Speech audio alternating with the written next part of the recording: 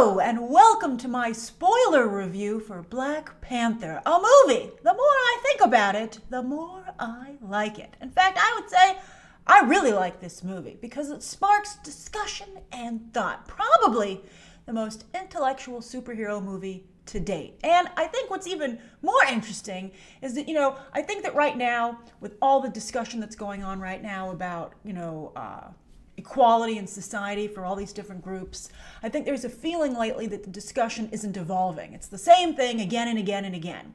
But what's so fascinating about Black Panther is that Ryan Coogler and his co-writers, because I think it's important to recognize that it's not just Ryan Coogler's voice here, but that everyone involved is trying to shift the conversation and I think take it to the next level and really, truly make some progress, right? Like we've been spinning our wheels for a while now. We've acknowledged the situation, but where do we go from here? And I think Black Panther tries to present that path, and that's amazing.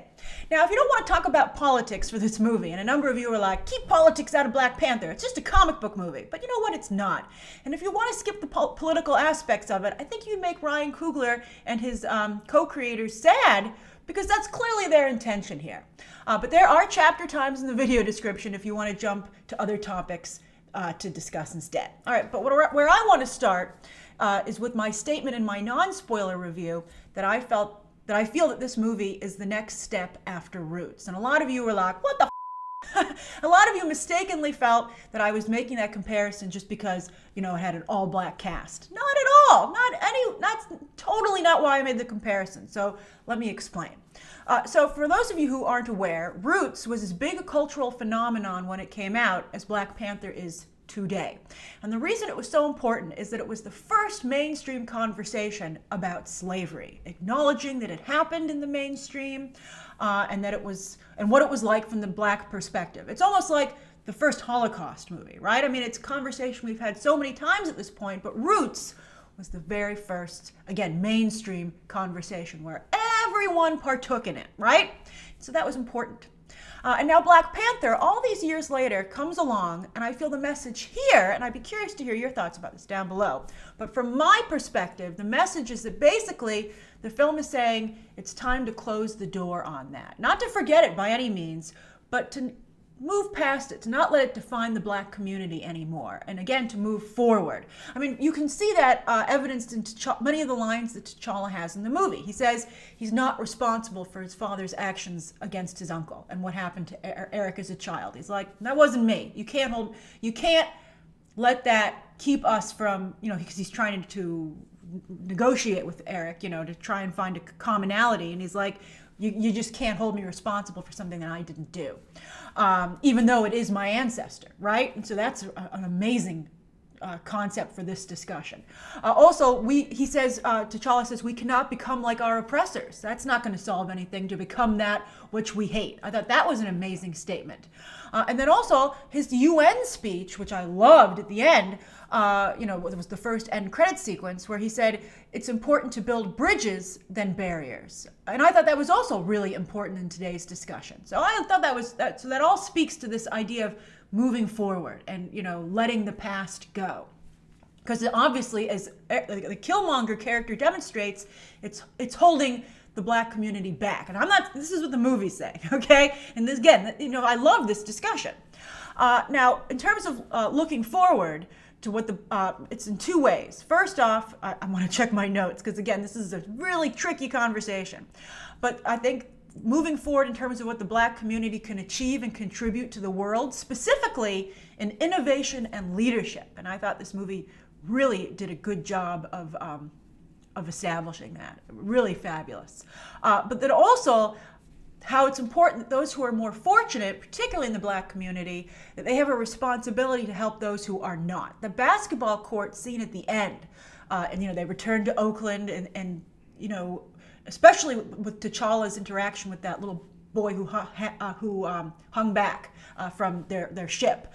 This idea redefining, what maybe Black children can believe that the opportunities that are open to them. I think, not only in terms of career paths, but place in society. Again, as I said, leadership, all those aspects. And I thought that was really well done. And for instance, I think this movie is already inspiring that, because you see Octavia Spencer has said that she's going to, go to a disadvantaged community and buy out a whole theater so that children in that community can see this movie, because she feels it's so important to them. And that's exactly what this movie's trying to inspire. And I hope that that continues beyond the release of this film. I think that's the intention of it, and I think it's wonderful. Now, some people in the comments of my non-spoiler review said, how can a movie about a king relate to slavery? Well, it's right in there. The whole point of T'Challa versus Erik Killmonger, I like that they made that was like his military nickname. We'll talk about the military aspect in a moment. But that's they're the yin and yang, right? So it's, the fork in a road, right? So Killmonger represents all Africans outside of Wakanda who were enslaved, and how it has made them broken and angry, many of them as a people. And again, they just can't get past that. It's holding them back. Whereas T'Challa represents the Black spirit. It's hard to talk about this, again, not being a member of the Black community, but please, I hope that you'll have this conversation with me, because, if we can't talk about the movie, I think that's the whole point of the movie, is that we should be able to have these conversations. But, T'Challa represents, the Black spirit, if it was allowed to thrive unhindered, right? But there's also the discussion of the responsibility and guilt that Wakanda has and should have for not helping its fellow Africans all this time. I mean, that's Killmonger's whole mission statement. Now, as for Killmonger's death, this is very important, and this is also another reason that I made the Roots comparison. So, he's mortally wounded, and I don't know how T'Challa knew about what Killmonger's father said about, because he was, again, T'Challa's uncle, that Wakandan sunsets were the most beautiful thing he'd ever seen. And I thought that was poetic, that T'Challa helped Killmonger get up to that mountainside to see it.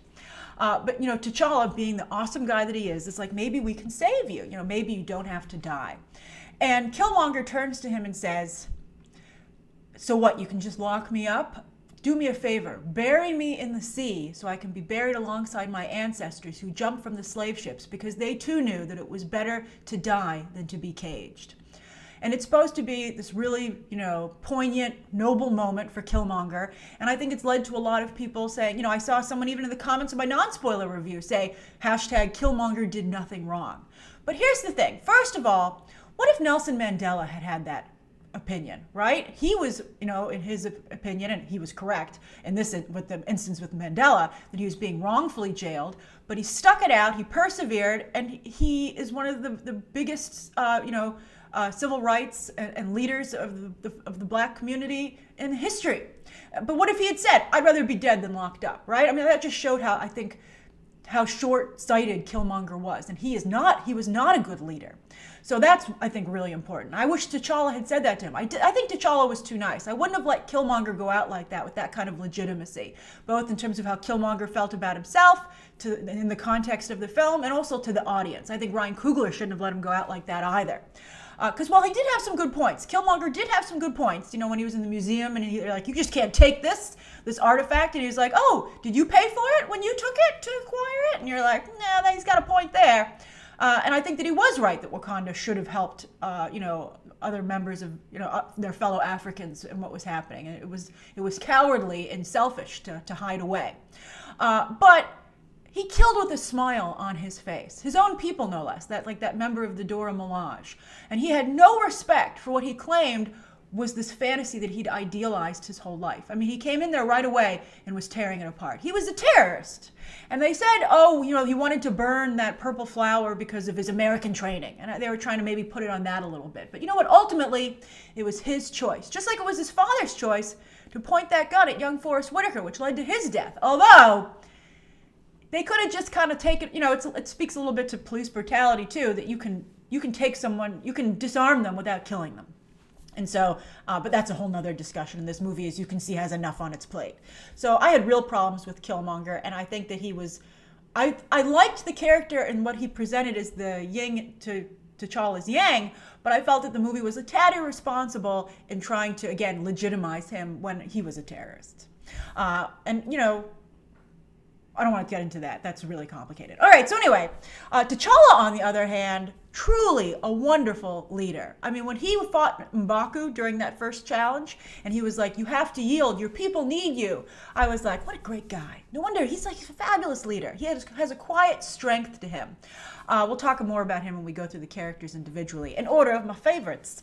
But I will say here that I don't really feel I got to know him, though, because the movie was a little bit more about Wakanda as a whole than the Black Panther, aka T'Challa. But on that note, it was hard to understand the tribal leadership structure that they had. I mean, I could understand, that's another reason I compared it to Roots. This is very much a celebration of Africa and what it could be and what it was and how, there's beauty in that. That's a big, Wakanda is very much a city of the future, but at the same time, very much a city of the past. So that's a huge part of the movie. I think a very effective part of the movie, underscored by the costume design, the production design, and the score. But they had a lot of flowers there. Why not make a whole group of Panthers, like the Dora Milaje? I was like, I think M'Baku would be a wonderful Black Panther. He's really good. And also the fact that they would burn the flowers because the king ordered it. Only Lupita Nyong'o's character thought to save one. I was like, no one else thought to pocket one of these flowers? That makes no sense. It's odd for me. Maybe as an American, it makes it particularly hard for me to grasp this mindset, but I couldn't get it. And to allow Killmonger to be king, who obviously was a monster from the get-go, simply because he won a fight, that also, I just couldn't understand that people were like, he won, I guess we're gonna all have to be ruled by a monster now, oh well. And also that all the other leaders were like, yes, probably T'Challa's, mother and sister are gonna be killed, but what can I do? We won the fight. And you're like, clearly, I hope that there was some serious legislature passed.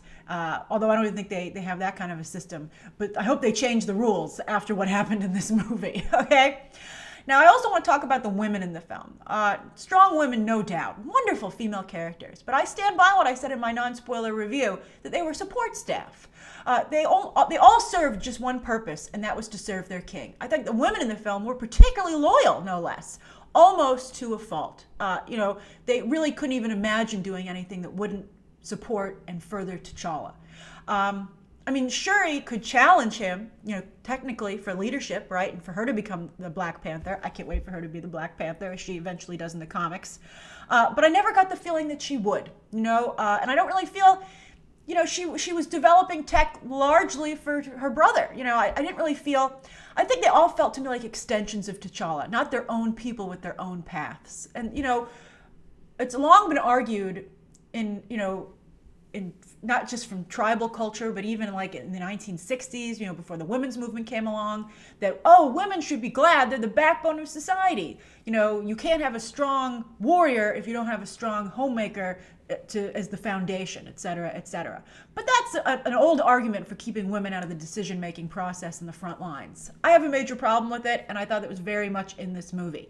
I hope that in the sequel, and I really want a sequel, the women start to have their own ambitions and, again, their own paths. Now, I also want to talk about the lack of action. I saw some comments with people being like, what are you talking about? There's tons of action. Well, I don't count some things as action. I thought the tribal challenges were not particularly, they're not action sequences. They weren't filmed particularly well. I think the fight choreography was okay. They were more about the personal interactions and, again, the power structure, et cetera, et cetera.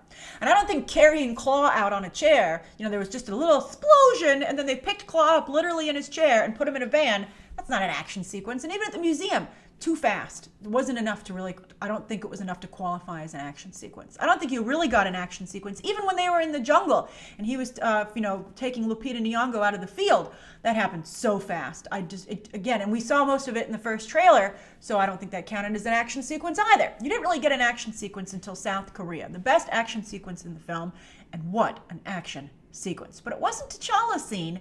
It was Okoye's scene, played by Danai Gurira. Wow, she was amazing. Let's talk about how amazing she was. So in the casino, the forcefulness with her spear was amazing to watch. I love the whole thing with her wig. I thought that was great. I love the way, I thought she was amazing when she first started swinging her spear around, but when she jumped off the balcony with that force and her red dress like behind her, almost like a cape, like this beautiful flower of anger and determination and force, I was so impressed. It was amazing. That was, I think, my favorite moment in the film. As I said in my non-spoiler review, it took my breath away. She just dominated that scene. And then when they moved outside to the car chase, I loved her line when she was like looking at them firing on her and she's like, guns, so primitive. The delivery was fantastic. I loved her use of the spear. I loved the spear when she threw it through the car ahead of her through the glass, and then it went into the road and then it acted as like a stop point for the car. That was just so clever. I mean, what she could do with a spear was amazing. And I also loved how she stopped herself when the car had the accident. I mean, it was cute when Lupita Nyong'o showed up still in the driver's seat, just on its own. That would never have happened. I mean, I think she would have seriously injured Lupita Nyong'o in that crash, but it was a good bit, good gag. But the way Okoye took care of herself by putting, with the hood of the car and the spear, and how important it was for her to get her spear. And I liked that moment of danger. She was like, I need the spear, that's my thing, that's my jam. And it certainly was. She was amazing. I'm so happy she's, I couldn't understand why she was in Infinity War. And when I saw the first trailer, I was like, I don't understand why Dora Milaje needs to be there. And she's running with all the other heroes. She definitely deserves to be running with all the heroes. I was going to say it later, but I'll say it here. I'll say it in both places. I think she might be the best fighter in the MCU. That's how good she is. I was really impressed. And then the big end fight scene opposite Killmonger, and when Daniel Kaluuya's, Wakabi, his Rhino people betrayed everyone. It was okay. It was a lot of CGI versus CGI, particularly when you had the two Panther suits versus each other. And I thought even the rhinos were not at all believable as real. They were cool, but they were super fake. And so I thought that action sequence, again, it was more about what was being said and the character interactions and the political statements than the actual fight. Now let's talk about the cast in the order of my favorites. First up, Letitia Wright as Shuri. People have been losing their minds over this character, and I totally understand it. I like that someone said she was the newest Disney princess, and what a fabulous addition. She's great across the board. She's smart, she's funny, and she's fashionable. I really like her quite a bit. She was a bit of a technological Mary Sue because she could literally do anything. The technology in the movie made no sense. They were like, if you can dream it, you can do it, because it doesn't have to, it doesn't have to have any logic to it. We just can, just anything that you can imagine we can do. And it all was stemming from vibranium. I was like, I don't understand how that's possible. It didn't make any sense. But just like Daisy Ridley's Rey, she's so cool, and she has such a fabulous personality, and she's just a force of nature that it's okay that she's a Mary Sue. I like Rey quite a bit too. And I can't wait for her to become Black Panther. It can't happen soon enough. I don't see why they can't be the Black Panthers at the same. Why can't you have more than one? Because I love the Shuri and T'Challa brother-sister relationship. They should totally be a team. I would love to see them in the field together. Fabulous. I love this character. So good. Next, my second favorite was Andy Serkis as Claw. What a sleazy dirtbag. It was fantastic. I love that he hid the metal, the vibranium in his crotch at the casino to sell it to Martin Freeman's character. I loved when he let the security guard run away. I actually laughed out loud because it was so funny. He's like, oh, you can go, just don't tell anyone. Although his reasoning for doing that, I wish he just said, I like to F with people. Because he was like, oh, let's spread him out so it looks like we're novices. And I was like, they knew right away that it was you. So what are you wasting your time for?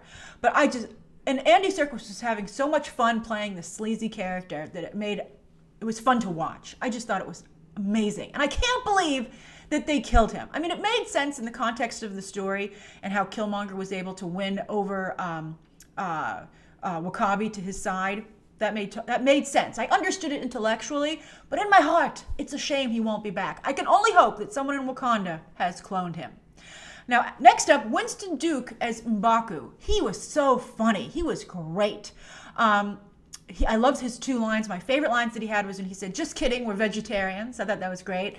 And when T'Challa asked him for an army, he said, I could really use an army. And M'Baku said, I'm sure you could, but no. It was great delivery. He was fabulous. I really liked him a lot. I mean, if I was a member of this community of Wakanda, I'd be like, I don't know, M'Baku's really great. I think he's a little bit of a challenge for the leadership. I could see why he challenged T'Challa, and I felt bad he didn't have more of a place at the table, because he's a great guy.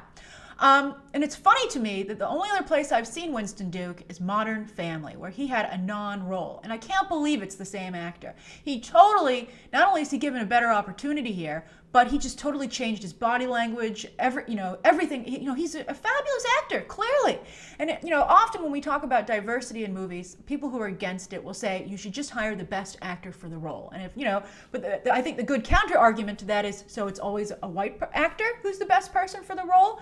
And I think that this movie, just in this alone, is so important because it provides an opportunity for Winston Duke to show he is a fabulous actor. And I hope that he gets a lot more off of this.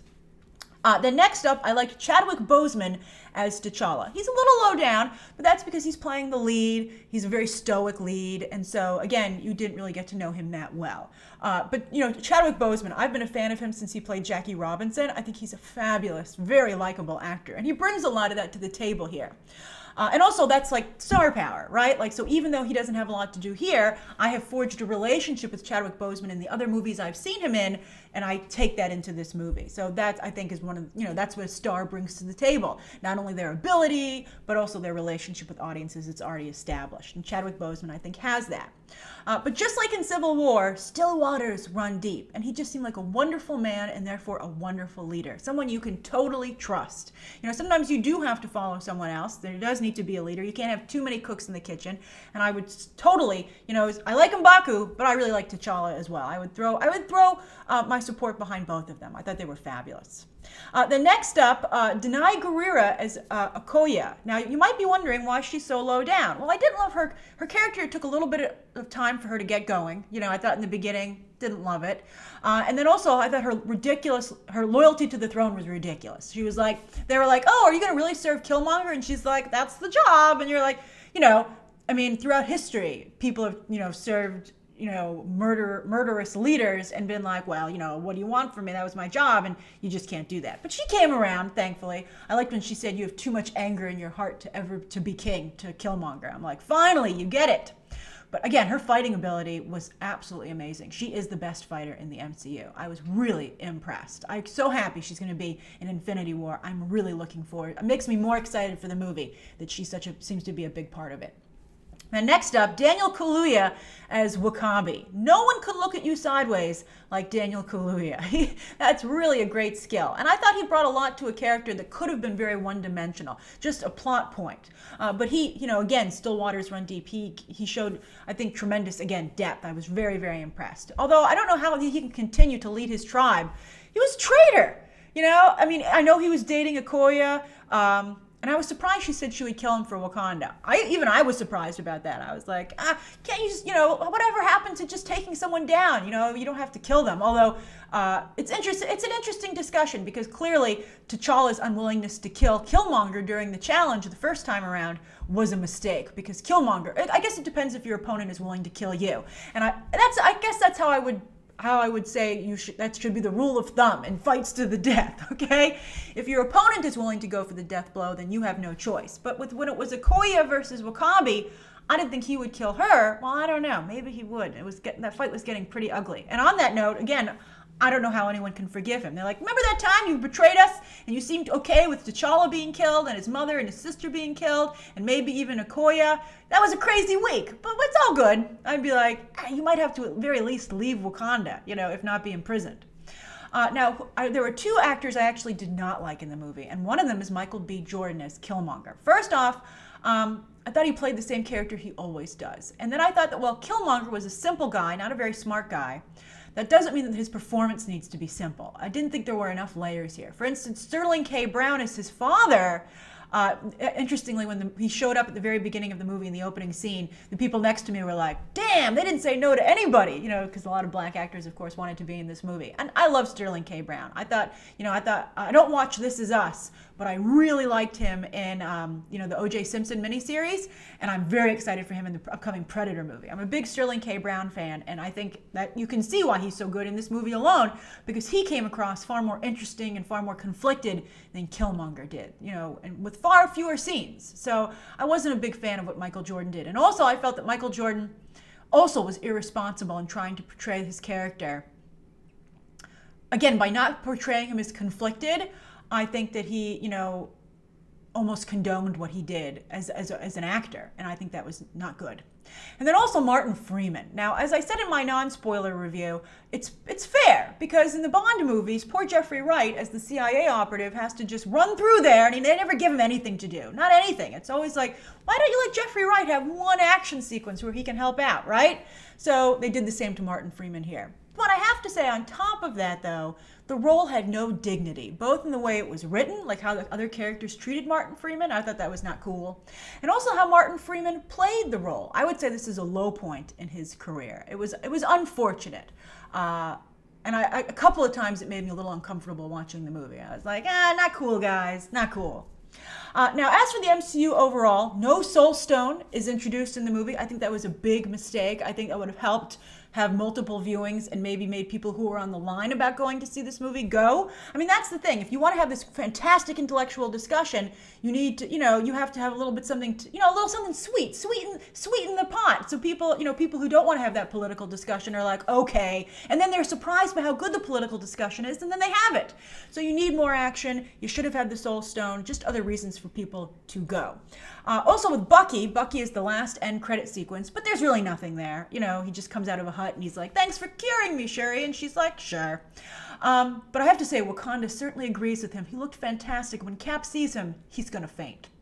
All right, so I really liked Black Panther, a very sophisticated movie. And if they make the sequel, and I think they definitely should make a sequel, I hope they do.